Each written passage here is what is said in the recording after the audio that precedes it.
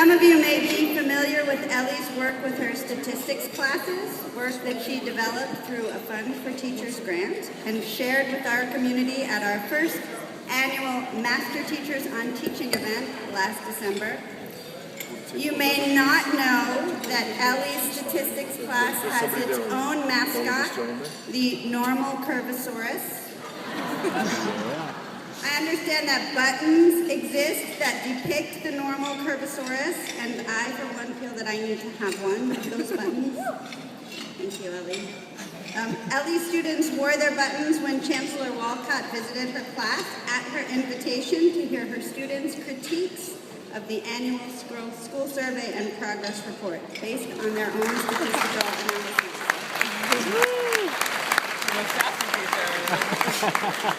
As reported by Gotham Schools, Walcott spent more than an hour scribbling notes during the presentations. So what a great example of teaching students use mathematics to analyze and improve upon their world. I think who Ellie is as a teacher is best summed up by her application essay to MFA, in which she wrote, "At my college reunion last fall, people asked, 'You're still teaching math?' They expected it to be a stop on my way to medical school or law school, but I was proud to say," says Ellie, "I found my career right out of college. Teaching high school math at a New York City public school is the most important work I could be doing." Ladies and gentlemen, Ellie.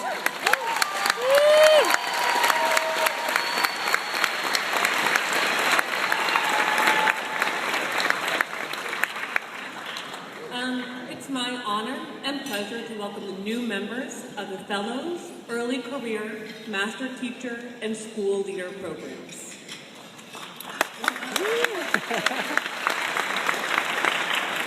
I am very lucky to be in my 9th year of teaching high school math and my 3rd year as a Math for America Master Teacher. I entered the New York City Teaching Fellows program straight out of college, already knowing that I was going to make teaching my career. I came to teaching as part of my family heritage. My mother, aunts, grandmother, and great-grandmother were educators before me. It took me a few years in the classroom before I started to feel confident about my ability to write units and write lesson plans and conduct a bell-to-bell lesson. I was guided and mentored well, and then I was ready to learn more. I applied for travel grants through Fund for Teachers, I attended workshops and professional developments, and I wasn't satisfied. Then, I found Math for America. Math for America offers me the opportunity to continue learning. At Math for America, we have the time and space and snacks to have conversations that lead to a professional growth in the field of education. Through Math for America's support and encouragement, I have pushed myself to grow in ways that I did not know were possible, especially since I'm already over 6 feet tall. I have spoken at national conferences, presented at teacher development workshops in Idaho, participated in a 3-week-long math camp in Utah, all the while making connections with educators from across the country. I have taken pride in expanding what my definition of teaching can be. I spend more time constructing my questions and considering how I am going to connect what my students are learning to what they have learned before and what they are learning in the class down the hall. Being a classroom teacher can be isolating. My colleagues and I are working in parallel, literally with walls between us. For me, Math for America has broken those walls down. Science and technology teachers, welcome. Woo!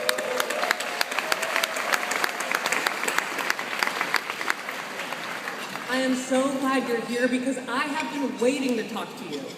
There is no more immediate way for us to make what we're teaching relevant to our students than to connect it to what you are teaching in your classes, to place it in the context of the scientific and technology-driven world around them.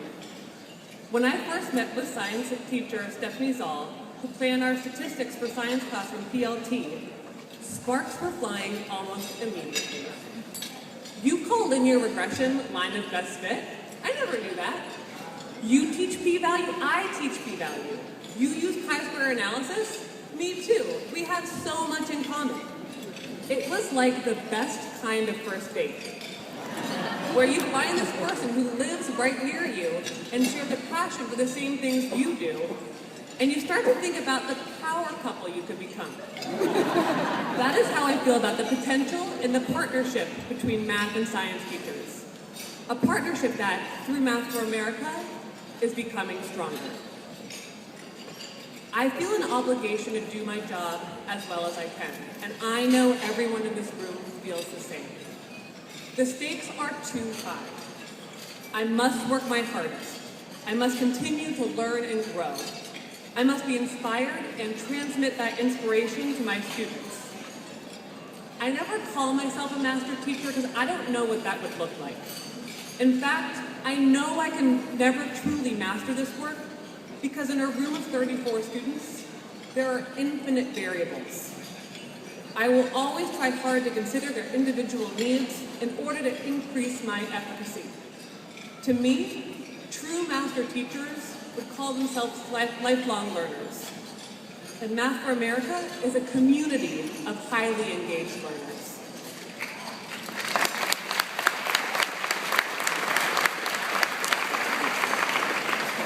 We are in this room tonight because we all feel a pull to go above and beyond. We are fortunate to have two gifts. The gift of being teachers and the gift of being active members in the Math for America community. And with these gifts come a responsibility. A responsibility to our students and to our schools and to our profession to raise the level of discourse and achievement. Teacher as professional has become quantified by the Danielson rubric. And with Math for America's support, I feel confident in saying, come on in, evaluate me. I cannot wait to tell you about all of the reflection on teaching I've been doing and the professional development I have been part of. If our work together here isn't an example of highly effective professionalism, I don't know what is. And when thinking of ourselves as professionals, it is important to remember that the only reason that any of what we are doing matters is that it matters to our students and it matters to all students. This audience is made up of the most influential and powerful people working in the STEM field today. Teachers. I wish I could...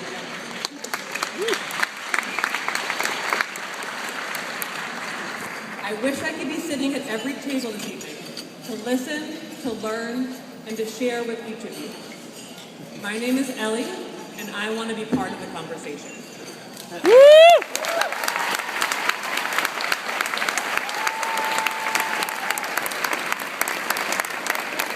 That was great. Yeah. That was fantastic. Yeah. It was really good.